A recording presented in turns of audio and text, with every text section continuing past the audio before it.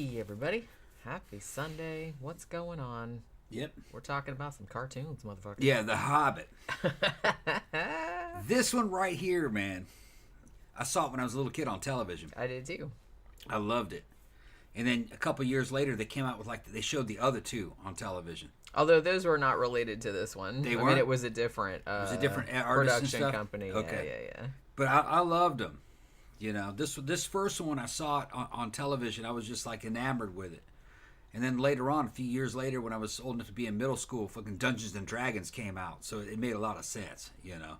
Dungeons and Dragons made perfect sense to me after seeing this. So we saw it again. Just last night. Yeah, I noticed that HBO Max had added it. Yeah. And I was like all excited because I saw it a million times when I was a kid. A million fucking times. Yeah. But I hadn't seen it for a long time. But the weird thing is that when we were watching it again last night, I remembered every line of dialogue, every Really? Inflection. Really? I remembered every single thing. So I must have seen it like a million. It must have been just imprinted in my brain. I had only seen it once. Yeah, See, I saw it a bunch. I saw it once on broadcast television. So that was 1977, probably. Yeah. I mean, unless they At that time. reran it, I don't know if they did. And never saw it again up until now. I remembered a lot of it, seeing it again. A couple things I didn't remember correctly as a kid. First of all, it's animated a lot better than I remembered it. It looks a lot better. And It's actually beautiful. It looks really nice. It may have something to do with CRT television and HD. When they showed this on broadcast television, it looked kind of crappy from how I remembered it. But if you see it on HD, on a modern screen, through an HD stream, it looks good, real good. It has a very painterly quality to it. I really like the backgrounds because they almost kind of look like muted watercolors. It's really nice. Another thing that fucked me up is that as a kid, I thought that this was like an epic movie that took fucking all day to watch. No, man. Just a lot of stuff happens in it. Yeah, this is just like an hour long.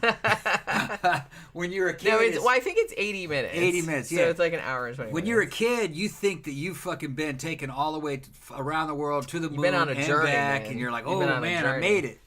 But no, this shit goes really fast. It's very abridged. I mean, all the moving. main shit is in there from the novel because they were very, they were adamant that it's like, well, we want pretty much everything that happened in the novel to happen in the thing, and they didn't want to add anything. So, like, all of the major events happen, but because it's only 80 minutes and because this was geared more toward, like, a family audience or kids, then some of the stuff had to be, like, truncated. Like, so some stuff, like, doesn't take as long. I think there was only one major event, like that man-bear guy, that they took that out. But other than that, I think everything else was in there. Another thing about it that I remembered wrong is that I remembered this thing being pretty fucking adult, pretty vicious. There's no violence in it. Not really. None. It kind of like, I mean, people get killed and die and stuff, but they don't show like... it stylistically. Yeah, it's not like super... It's not bloody or anything. But when Bilbo stabs a giant spider, a giant talking spider, or any kind of like a goblin, they don't actually show him stab anything, and then they just show the goblin spinning and getting smaller and going away like it's going into another universe or something. They don't actually show anybody killing anybody else. Now, towards the end, when they were fighting Smaug the dragon, they showed Smaug getting hit with arrows. I guess because it's not a human figure. I was gonna say he's a dragon. He's a dragon, so you can do that. But I don't know why they didn't worry about it, because that spider wasn't a human figure. That's true. It didn't, it was just kind of like the censorship of the day. But I didn't notice it as a kid. As an adult, you notice it versus, more modern anime. But still, all in all, this is a classic flick, man. It's up there with, like, Watership Down. If you ever seen Watership Down, that's another good one. That one holds up. It's like that.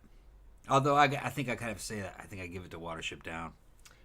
Well, yeah. I mean, Watership Down is more adult. Kind of violent and stuff like that. This one, you can tell it was made for kids, but it's still, even though it's not violent, they don't really show people get, like, legit getting stabbed or anything like that. But I will say that, like, the character design, like the goblins and the trolls and stuff like that, they're scary. So they weren't, and the spiders and they weren't like scared to make it scary. Yeah. But they just didn't want to make it like bloody or gory necessarily. Great little songs.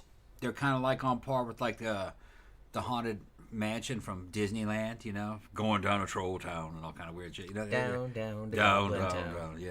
That's the best song in the movie, I think. Now, the songs were mostly taken from the book, other than the kind of folky one at the beginning, which was like the theme song, like the Greatest Adventure song, which every time I watch this movie, that motherfucker gets stuck in my head for real.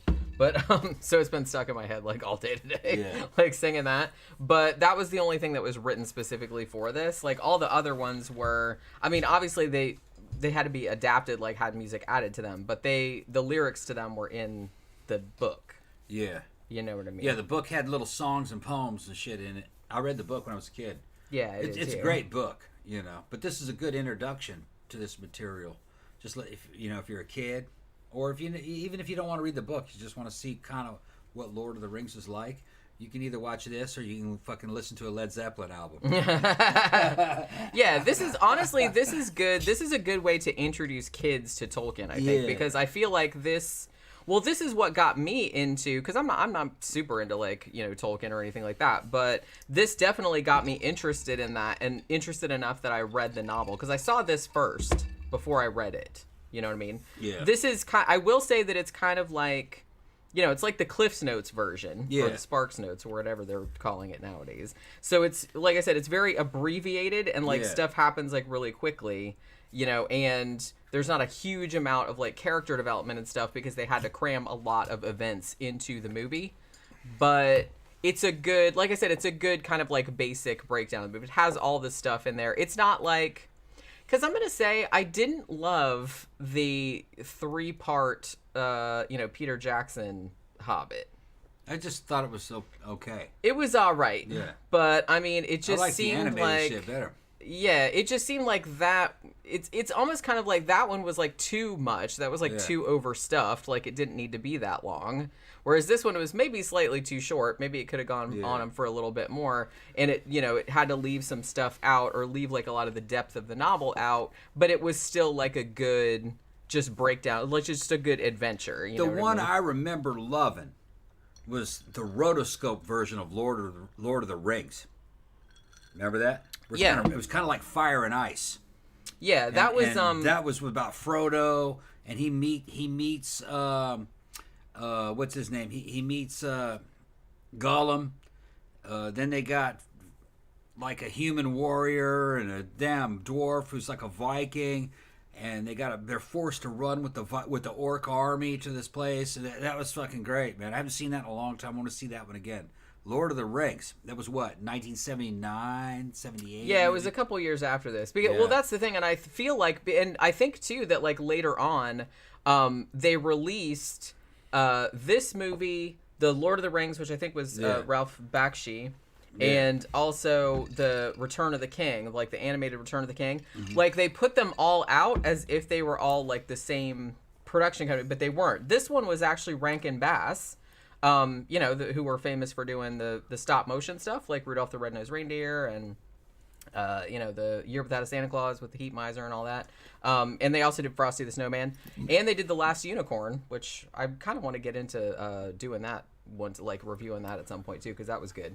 But yeah, that was them. But the thing about it, and Rankin Bass, they did this a lot actually, and I think they did this with their stop motion too. It's like they did all the storyboarding and the scripting and stuff like that, like in the United States, but they would usually, I don't necessarily want to say farm out, but they would usually work with like a Japanese company to like actually do the stop motion animation, and they did the same thing here. Matter of fact, they worked with a studio in Japan called Topcraft, most of the animators of whom went on to become Studio Ghibli. That really famous animates. Yeah. So they went on to do that. But so this was like an early thing of them. So they were the ones that did the actual animation. Although I think all the character development and scripting and stuff was done over here. But I had totally forgotten. I think that I had confused because, like I said, the animated Lord of the Rings and Return of the King, I think were like a different production company. So I always kind of like lumped them all together, but they're not. This one is Rankin Bass. The other two are not. Right. So, and this one came out first.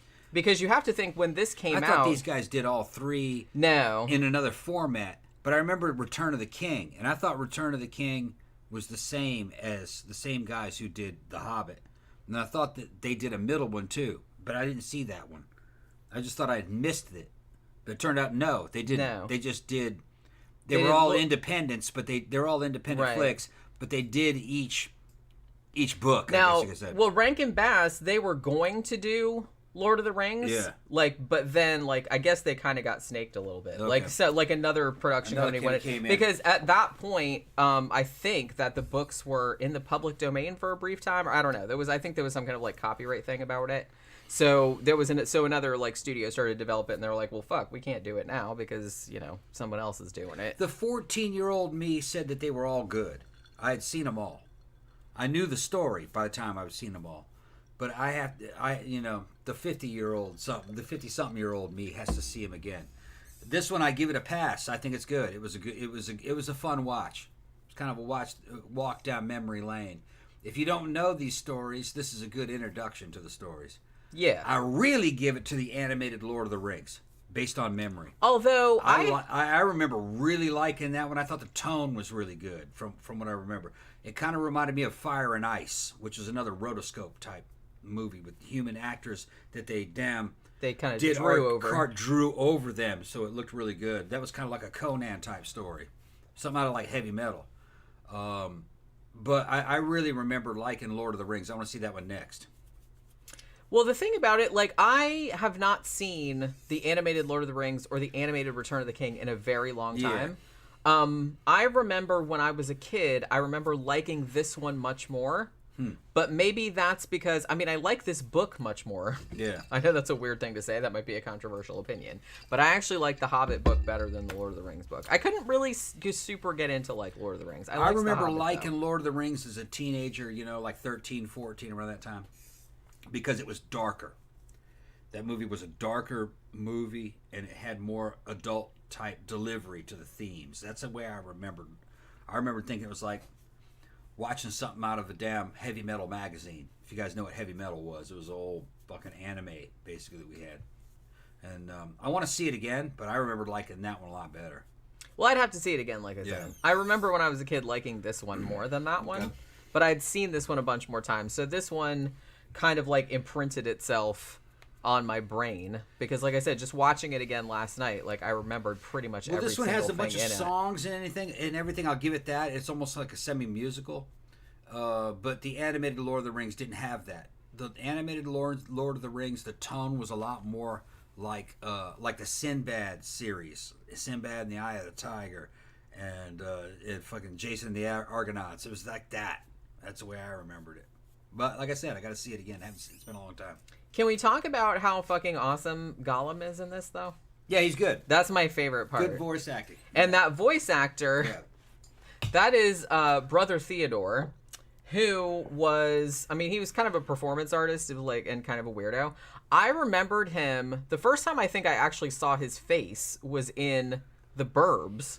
He was one of the weird neighbors, he was the patriarch of the weird neighbor family in The Burbs. That was Brother Theodore, but he was the one that did Gollum's voice, and I think I like this Gollum better than the one in the live action movies. I'm not nothing against Andy Serkis because he was amazing, but I don't know, this one he was just so creepy, and it's just I really loved the voice. The voice performance was so good. Yeah, I liked the voice performance in this one. I didn't really like how he was drawn.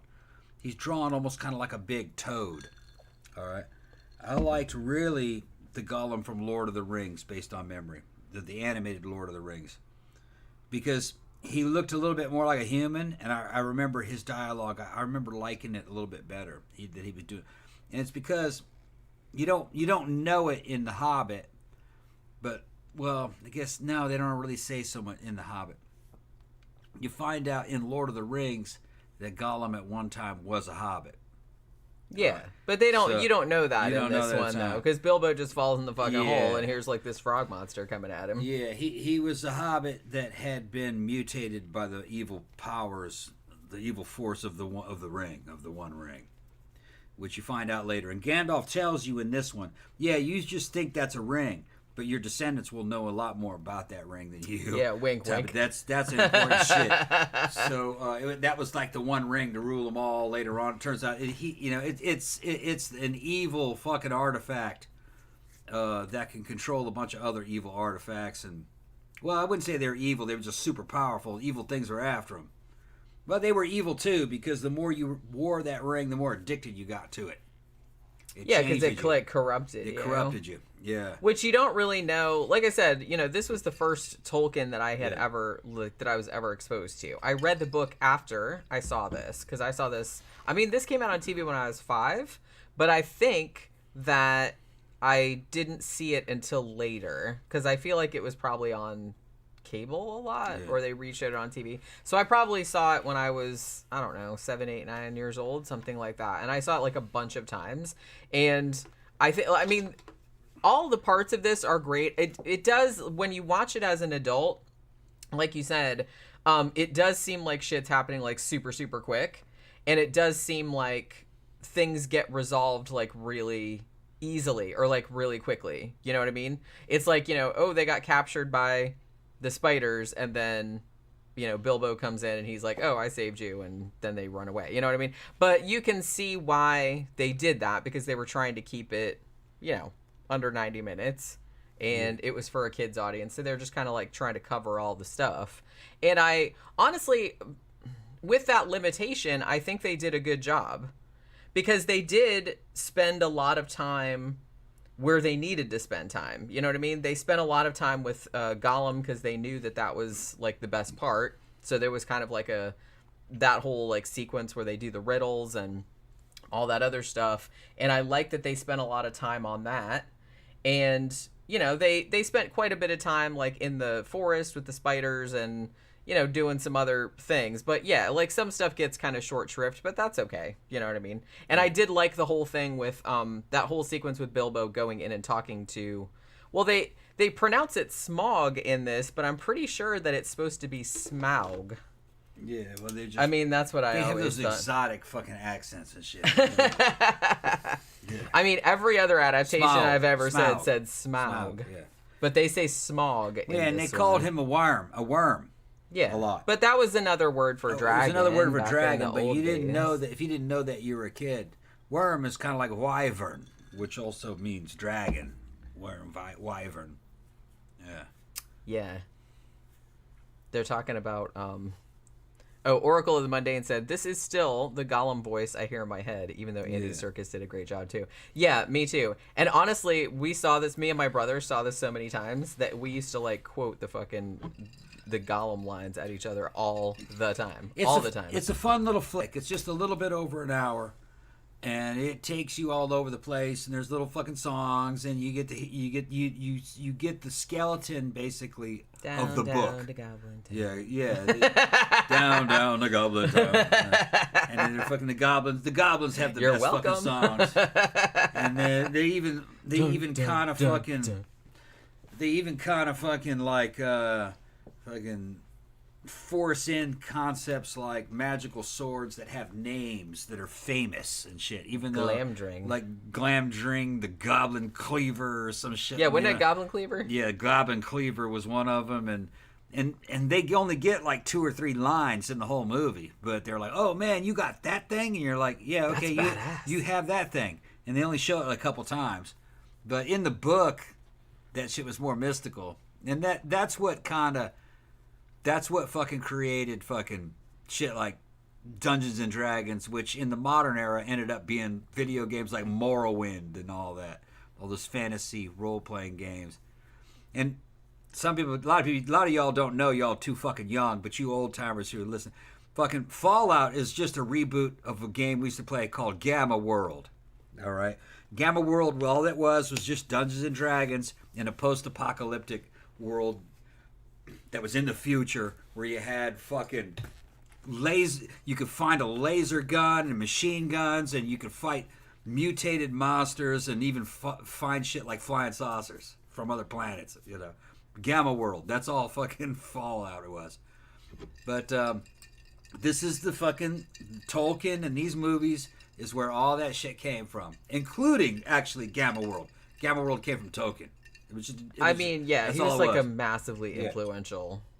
Richard Fraser said Leonard Nimoy, Bilbo Baggins, mid-60s. I've seen the video. Yeah. What? He played Bilbo Baggins? No. You never heard that song? No. Oh my God! You need to go. You need Leonard to go Nimoy look at sang a song about Bilbo Baggins. Yeah, you didn't know that? No. Oh my God!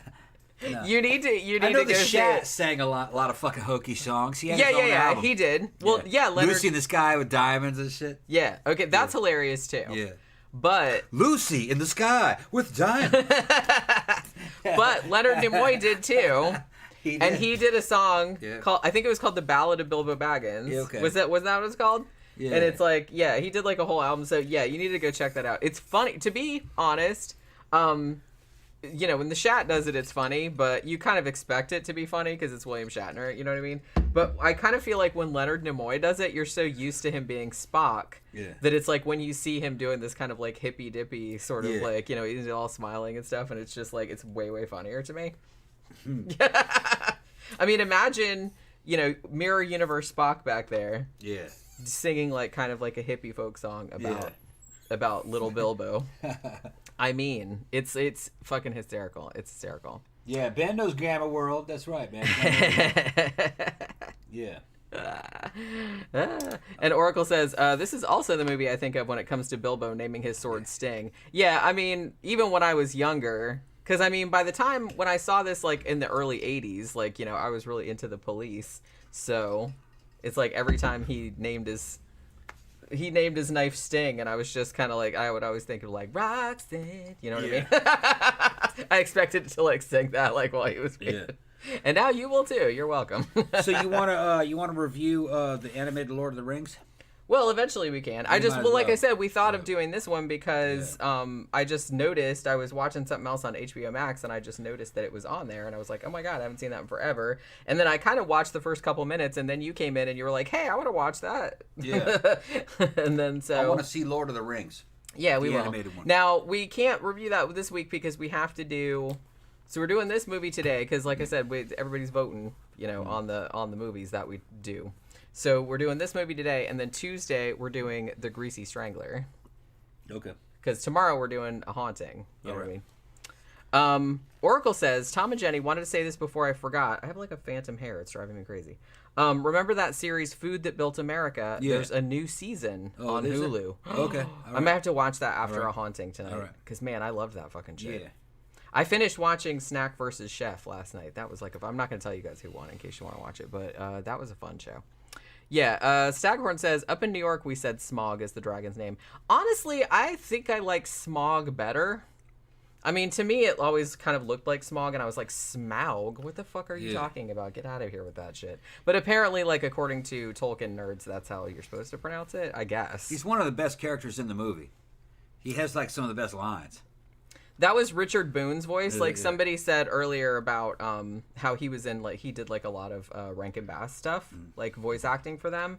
I really liked, I was watching this other review of The Hobbit, and he was pointing out something that was actually really cool, because he was a little bit comparing the voice acting or, like, the way the characters were portrayed in this, adaptation as opposed to, like, the big Peter Jackson ones. And he's like, I think Benedict Cumberbatch did Smaug in the movies. And he's like, that was cool and everything, but he's like, I kind of like this one better because he was almost like not like as overtly intimidating, because like when Bilbo first comes into the treasure chamber and he can't see him because he's like invisible, he's all just like, yeah, no, you're in there. You know what I mean? Like, he's not worried about it, or he's not trying to be scary or anything like that, which in a way makes him more intimidating. I think that they didn't.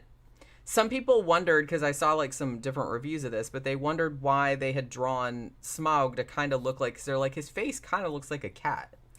It kind of looks like a Chinese dragon. Like rather than like a traditional like European style dragon or something like that. More like a Chinese dragon. And maybe they were kind of speculating, they're like, well, maybe it was just like easier to animate the mouth like for when it was talking or something like that. I'm not really sure why, but it did kind of look like that. I like how his eyes lit up. I had forgotten about that aspect. Yeah. Like the eyes lighting up. I thought that was pretty cool. Shine like headlights. Yeah, like what? Yeah.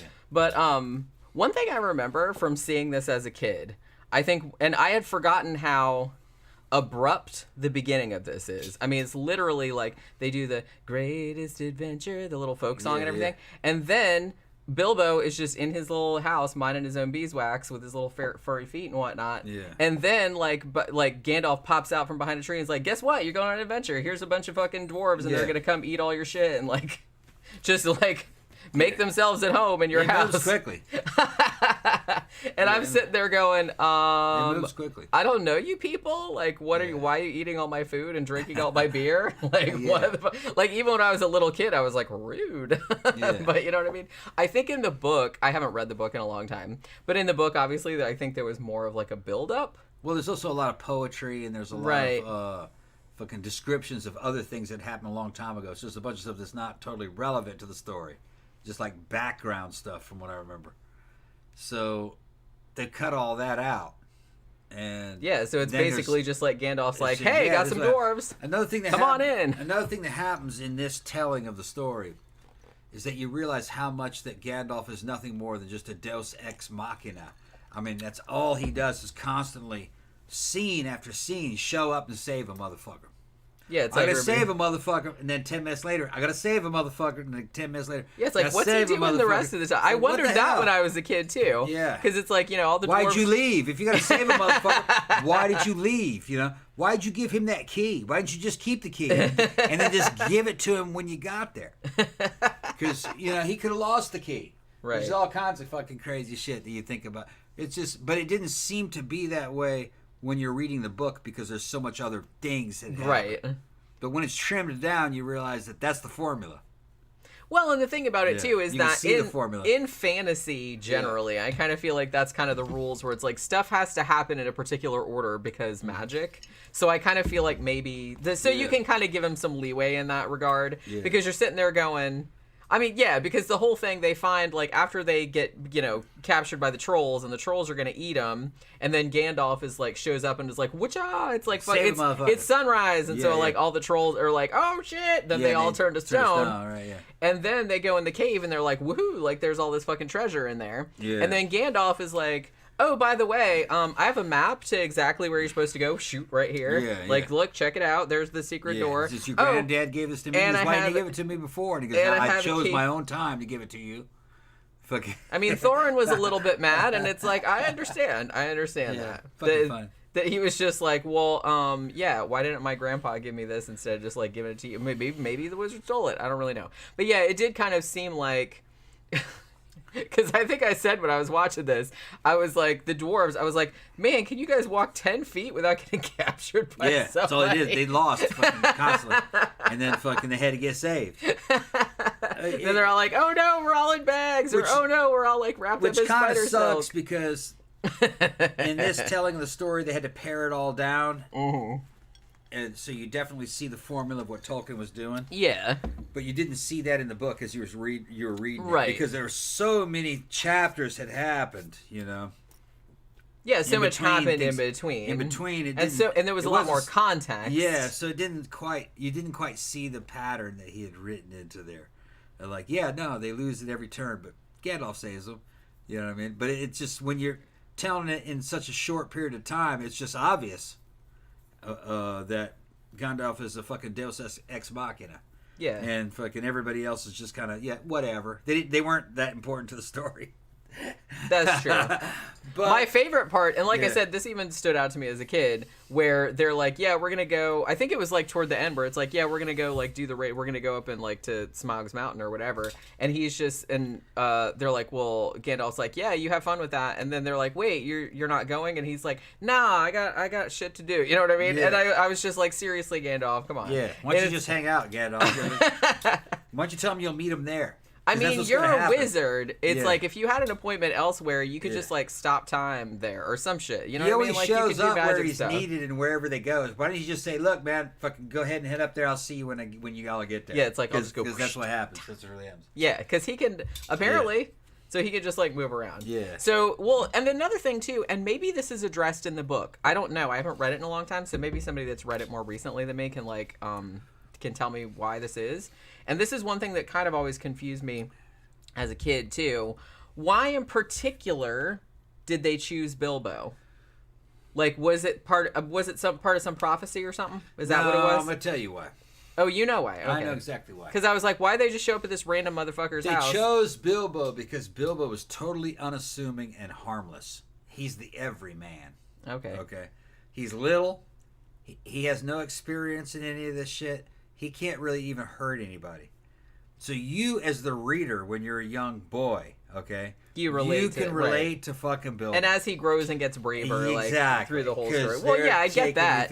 No, I meant, I mean, I know that from like a writer's standpoint. I know why they would choose him because, like you said, he's an everyman. It's just like it's the same kind of thing in all fantasy. It's Harry Potter. It's all that kind of stuff. It's just like a regular kid. It's like just like you. You know what I mean? Like the person, just like you. You don't know. Right. You just stay at your home eating biscuits. Right. Yeah, that's basically it. Smoking your pipe with your little furry feet, like up on your ottoman, and you're only fucking 3 feet tall. Okay, so he's just like you. Well, at least the furry feet is. No, I'm just kidding. I don't actually have furry feet, but I don't think little boys have furry feet either. Well, I guess it would depend. Maybe some would. But the thing about it is that I meant in the context of the story, what was the justification for them, like, choosing him in particular? Like, I know why they would do it from a writer's standpoint. That's, like, from the meta standpoint. I'm saying in universe, why would they choose him? There's no reason. Because Ben said there wasn't any particular prophecy. It was just Gandalf up to his tricks of luring hobbits away for adventures. Yeah. So maybe that was just his kink. Gandalf, he had a kink for it's just like, I just really, really enjoy finding random hobbits and like throwing them into these death-defying situations. Well, that dude that played Gandalf in the live-action flick was an old gay dude. He's just an old queen. Who, Ian McCulloch? Yeah. Not Ian McCulloch. Ian McKellen. Yeah. Sorry. Ian McCulloch is he had this thing for he had these things for these little cutie twinks and shit. And he shows up and goes, we're going on an adventure, me and you. Put your shoes on. You got some cute-ass feet. With all the fur. I'm going to give you my ring. You know, it's that kind of shit. But you're going to have to earn it. Ooh, you're reading some stuff into this. Yeah. Well, that's what I meant. I was like, maybe that's just Gandalf's kick. He just, like, in particular... Think about something good. Oh, scones. Fucking biscuits. Fucking my garden. Bacon, Yeah, bacon. Yeah, I think he said bacon and eggs at one point. Bacon and eggs. You keep thinking that. Yeah. Keep thinking about bacon and eggs. Keep thinking about that shit. Who knows what the hell's fucking Gandalf is doing in the meantime on the boat. That's what I mean. And I always kind of wondered, too. I always wondered... Put your ankles behind your ears. I mean, somewhere, because internet, somewhere that there's some Gandalf on Bilbo porn. Yeah. Someplace. Then, you're welcome for putting that image in your head. Because now I have it in my head, too, and I'm the one who said it, and I'm sorry. So, you know what I mean? But, Well, and because the same thing happens in Lord of the Rings, right? It's just like he kind of... in the sense that... I mean, I guess that's still kind of related, because that's Bilbo's nephew, right? Frodo is Bilbo's nephew. Yeah. It's his uncle so I got Bilbo. it right. I think it's his uncle Bilbo. Yeah. I'm not. Yeah, that's what I thought. Yeah, he was like his uncle. It's like I said, it's been a while since I've read the books or seen the movies. Tom Sykes says it definitely was weed that Gandalf and Bilbo were smoking. Fellowship of the Ring. Fellowship. Weed. Of the Ring. They were taking mushrooms. They were doing fucking all kinds of shit. I mean, all kind of stuff. All kind of stuff. They're doing fucking British fucking psychedelics. British tribal psychedelics, man. Yeah, these are white people stories. Of course, it's gonna have. Fucking mushrooms and weed and shit. White people stories. Yeah. So let's talk about. You know what? One thing that I had totally forgotten about, and you said you had forgotten about this too, because I thought, I don't know why, I thought it ended like after they got to Smaug's thing and killed him. I forgot about the war. It doesn't, but then after that, they do the whole Battle of the Five Armies thing, and I was like, oh shit, I forgot about that. It's because they're such bitches. The dwarves, they can't. Really, I mean, they could have fucking. They didn't have to happen. That didn't. They couldn't share the treasure. I know. With people that deserve some assholes, and they had more treasure than they could they could spend. And we're like, yeah, y'all can have some. Smaug was fucking y'all up. You can Smaug, have some. And he destroyed the whole the Lake Men's on the back of fucking Bilbo. Bilbo was in there fucking around burglaring. Okay. And like he made them think that it was the barrel riding man that fucking was in there. He just didn't correct him. Yeah. To be fair, still made him think. He mentioned barrel riders. Like, he goes, "Oh, you're one of you're those one dudes. of the lake men," Okay, and he could have just said, "No, I'm not." Now he didn't say that. I mean, I'm just saying that like the dragon jumped to that conclusion. Yeah. But to be fair, Bilbo did not correct him on that. Yeah. Although I think the way they show it in the movie, I think that actually the dragon does go and he would have destroyed the town, but I think he actually ends up destroying it when he's dying. Yeah. Like, cause they, Bard like shoots him in his little weak spot, and then he falls. Cause remember I said, "Ooh, it's a tsunami," because he like falls in the water and there's fire and shit like that. So I think that's what destroyed the town, not the dragon coming down there and being like, "Fuck you, bitches." Although that's what would have happened if he hadn't killed him. Now there's another movie that is a very similar story that I know influenced this one. That is almost even wider than this fucking story. All right, and that is fucking Beowulf. Yeah. The one that was CG, all CGI, and it had again, who was the dude, the chick that played Lara Croft? Angelina Jolie. Angelina Jolie was in it. The fucking crazy ass dude from fucking Back to the Future. McFly's dad. What was his name? Fucking crazy motherfucker. Chris McGlover. Chris McGlover was in it. He played. Wait, Chris McGlover was in Beowulf? Yeah, Chris McGlover was in it. Man, it's been a long time since I've seen that movie. He played the monster. That was Grendel. And then later on the dragon. No, I forgot all about that. He played Grendel. That movie didn't make much of an impression. Yeah, I liked that movie. Although I love Beowulf, I read it in school and I loved it. Kind of similar to this in certain ways. Yeah. And The Hobbit is kind of like a reboot of those kind of stories. It's an old Saxon story.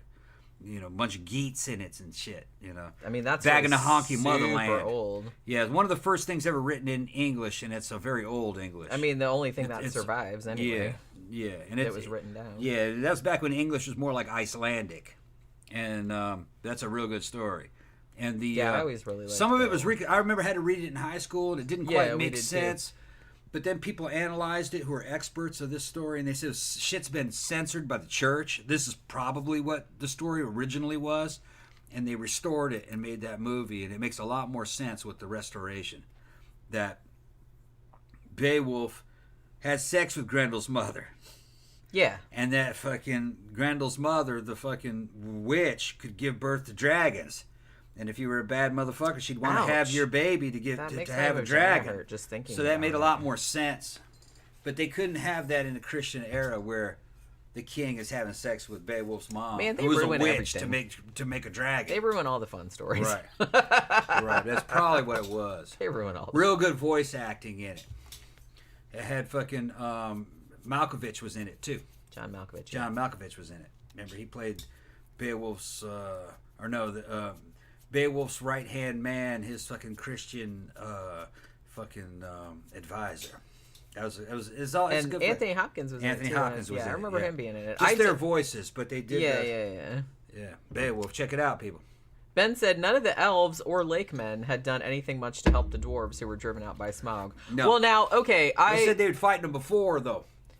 Okay, I'll give you that for the elves. Yeah. Like the elves were kind of like being a little graspy bitches, but I don't know what happened prior to that. But I will say that the lake men, I was under the understanding, like when Thorin Oakenshield's grandfather was alive, like the dwarves and the lake men had kind of been like simpatico, you know what I mean? So I kind of feel like they maybe had more of a claim to it than the elves, but like I said, there might have been some other, because didn't, like when the elves first came, and it was elves, the wood elves, right? Yeah, there are two different kinds of elves. The wood elves said, they showed up and said, no, we're owed some of that treasure because we'd been fighting that dragon and it did a lot of damage to us over the years. That's basically what they said. And Bilbo was like, yeah, okay, all right, you're local. It probably did fuck you all over. You can have some treasure. And the dwarves are like, oh, hell no, we're not treasure. And the point that Bilbo was trying to make, it's just like, there's enough for everybody. Yeah, it's like why are you dwarves hogging it? It's just gold. You don't need all that. You know what I mean? And I think, like, it took Thorin, because he actually dies at the end, spoiler alert, among like, I think it was, 7 other dwarves died in the battle. But, he was kind of like, when he was dying, he kind of like apologized to Bilbo, because he called Bilbo a coward, and I was like, Bilbo, like, saved Jaws bacon, like, throughout the whole fucking movie. Like, you guys were just... And I liked that Bilbo called him out on that. It's like, yeah, who was the one that went into the dragon's lair, like, well, you guys just fucked around out here? Me. You know what I mean? Who was it that, like, saved you guys from the spiders? Me. So I was like, don't call me a coward, motherfucker, and saying I don't understand war and all this other kind of shit. So... you know what I mean? Yeah. Like I said, I'm glad he didn't like get away with that. They're in there remembering the Beowulf movie, and they said, yeah, Malkovich was good into it. He had killed his mom for having sex with his brother. Yeah. There's all kinds of shit that happened. Ew. Yeah. And he goes, oh, I remember. Beowulf was like, oh, I remember you. You're the one whose mom had sex with your brother, didn't you? And you killed them both for it. Yeah. Fucking the best part about that one is fucking the shit Beowulf talks. That's really what the movie should be. Beowulf talks That's big what it should be called. shit. Should just be called the shit that Beowulf said. He talks big shit. Beowulf said. Yeah. He talks big shit, but he backs it up. Says he backs it up at every fucking at every turn. The original superhero. I think that's Beowulf. what always kind of like cracked me up about Beowulf is that. Like, well, because usually in real life, like, if you're, like, a super badass and you can do all this other stuff, you just do it, and you don't, like, sit there and go, I can do this and that and the other thing, you know what I mean? Shit. But Beowulf is one of the rare people that does both things. Like, he's actually, like, showing off about it, but he can't actually do it. Because usually the more shit you talk, like, the less shit you can actually do. Man, they fucking said, I remember you, Beowulf. You're the one that lost the swimming match with what's it? He goes, yes, I'll tell the story. We swam for 9 days. That's how he fucking started this fucking... We swam for 9 days. The seas were rough. I was attacked by sea monsters. And he goes through and he kills fucking 20 sea monsters and does all kinds of shit. And he did do that. He wasn't lying. Yeah. Like I said, usually people that are exaggerating, it's like, oh my God, I'm a Navy SEAL and I went to space and like all this other kind of shit are just like bullshitters that are trying to show off. But it's like, he's like that, but they're like, no, he actually did do that. So yeah. And that's how he first came in contact with the fucking mermaid that fucked him over. He saw that mermaid. Beowulf's weakness was fucking beautiful women. And they didn't have to be human. They just had to be beautiful. He's like, whatever. Yeah, if she was as long beautiful, as she got boobies and like an orifice. He saw the beautiful mermaid, and that's really why he lost the race. He got distracted. Yeah, he had to fuck the mermaid. That's what happens. He's just thinking with his penis. And then the reason why the dragon was killing everybody because Grendel's mama was hot. All right, she was Angelina Jolie. Well, he couldn't help himself, and the dragon fucking appeared out of it. He didn't mean to, though. What are you gonna do? That's what you do. But that is a fucking probably what that story originally was. Kind of knowing the psychology of those days. That's probably what it was. So I agree with their restoration of the story. Somebody mentioned that there was a lot of Beowulf movies came around the same time. True. I haven't seen the other ones. I can only attest to the one. I mean, that was the main one. That was the main one. The rest of them were kind of like knockoffs. It's got Angelina Jolie in it and fucking all-star cast. See that one. I wouldn't mind seeing another adaptation of that. Like, done. Actually, that would probably be better as a series now that I'm thinking about it, because that's like a very, very complicated story. Yeah. Ben Frail talking about the Lake Men. They did kill the dragon, to be fair. Yeah. I mean, yeah, Bilbo gave him the info to kill the dragon, and maybe they wouldn't have done that otherwise. But they're the ones that did it. Like, if they'd missed with the arrow, then they'd all be hosed, right? So, yeah, they deserve some shit, too. Honestly, like, everybody that came there, like I said, there was really no reason for the dwarves to be such bitches about that shit. It caused this whole battle. They all got killed, all this other kind of shit. All these people got killed just because there's like, no, we just want all the gold. You guys can't have any. Oracle says Bilbo only needed enough money to keep him in eggs and bacon and pipeweed for the rest of his life. Yeah, that was kind of like the point, was the Bilbo was...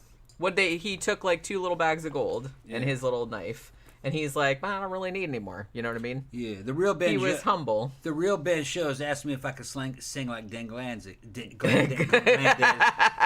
That's the Glenn Danzig cover band. If I could sing like Glenn Danzig. Oh my God, you should start a channel. But I'm not going to. You should start a channel called Den Glanzig. Den Glanzig. Yeah. And you could put that wig on. You could put the black wig on and do the covers. I'm going to do it. Den Glanzig. You can make that as a supplement to your asso boyfriend. Yeah. Your asso boyfriend. I got to be warmed up. I gotta go back in the train and I could do Glenn. Heart of the devil. I gotta get into Glenn Danzig mode. But no, after about 20 minutes of warming up, yeah, he has to switch it. I can do Glenn Danzig. I could do a whole Glenn Danzig album. Yeah, that's what I'll sing all the fucking Danzig 3, How the Gods Kill. I'll sing it from the very beginning to the whole thing. Yeah. But call it Den Glanzig. Yeah, call that shit Dan Glanzig. How the Cods Dill. Yes, do that. Like, take all the titles and just switch the letters around. How the Cods Dill. So they still kind of make sense. Yeah. See, I love that idea. I love that. Yeah. Ben says the Wood Elves claimed the dwarves still owed them for some business deals back before Smaug arrived with some. Yeah, see, that's what I mean. It's like, I kind of feel like everybody that came there, like, hey, give us some fucking money, motherfucker. They probably had a good claim on that. Well, because it had been a while, right? How long did dwarves live? Do we know? Oh, centuries. So the time of years. Thorin's grandfather, we don't know how long ago that was. I mean, I'm sure they said, but I don't know. Tom Sykes says, Reign of Fire is a great dragon film. Yeah, I remember really liking that, actually. I haven't seen it in a long time, but I remember liking it. Ben says, in Tolkien, only men have ever been able to slay dragons. Oh, okay, see, now, I didn't remember that little detail. Like I said, it's been a while. I haven't read the books since I was probably in my late teens, which was a very long time ago. And I haven't seen the Peter Jackson movies probably since they came out, or like, I don't think I saw them in the theater, actually. I think I saw them like a year or two later, like on cable. So I don't think I've seen them since then. I remember seeing the Hobbit trilogy and not liking it. So I don't know. I don't know if it's really that much of a hot take to say that this animated version is kind of like better than, I mean, I guess it depends what you mean by better. I mean, obviously the 3-movie trilogy, the Peter Jackson one, is more faithful to the book in the sense that all of the book is in there, and this one, leaves a lot. It doesn't leave a lot of the events out, but it leaves like out a lot of the context and the depth and stuff, just because it has to be like short. But I don't know, I liked this one better than the movies. I know that's maybe weird to say, but I don't know. Let's see. I saw something else. Oh, after this, I'm going to be watching 1981's Final Exam. Gosh, I haven't seen that in a long time. And dwarves live a few centuries. Yeah, but elves are immortal. For them, it was like last month.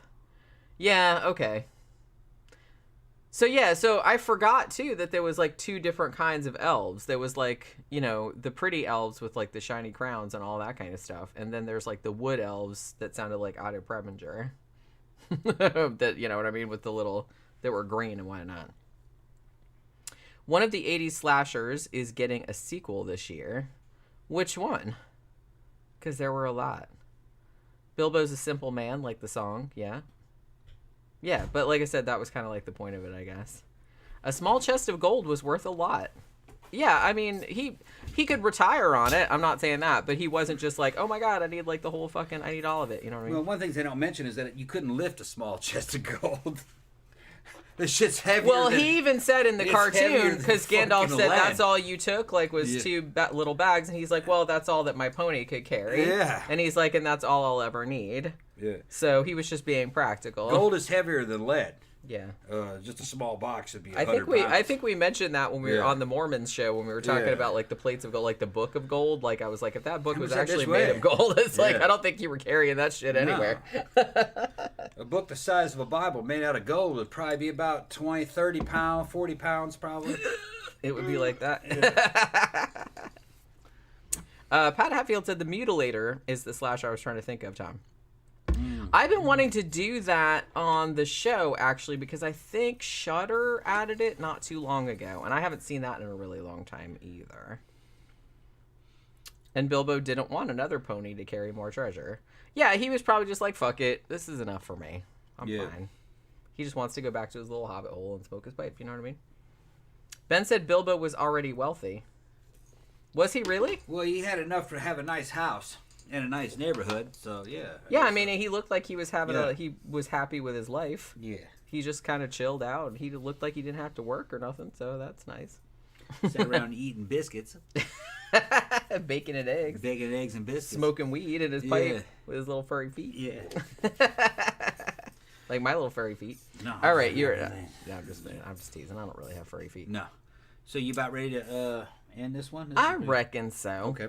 All right. So tomorrow is Haunting Mondays, and the episode that we're going to be doing is another one from season 7. I think it's on that disc over there.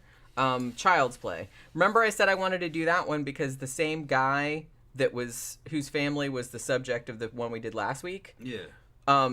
Did a show, investigated this other family's one that they made into an episode too, and he wrote a book about it. Okay. And it was free. That's right. We have to do this one. Right. So we were gonna do this. I'm pretty sure it's in the same season. What's it called again? Child's Play, just Child's Play. like the Chucky movie. So we're gonna watch Child's Play on fucking Haunting. Yeah. What season is that? 8? I think it's season 7. Season 7? It should be. I think it's on that same because Okay. the season 7 All right. disc box set is right over there. So if you guys want to watch that tonight, we're gonna watch it. We're going to review it tomorrow live. Yeah, and then on Tuesday we'll be talking about The Greasy Strangler from 2016 because we had a couple of requests to do that, and that's what won in the Patreon poll along with this one. So, yeah, so hopefully you guys have a good rest of your weekend, and we'll see you guys again tomorrow talking about a haunting. Good night.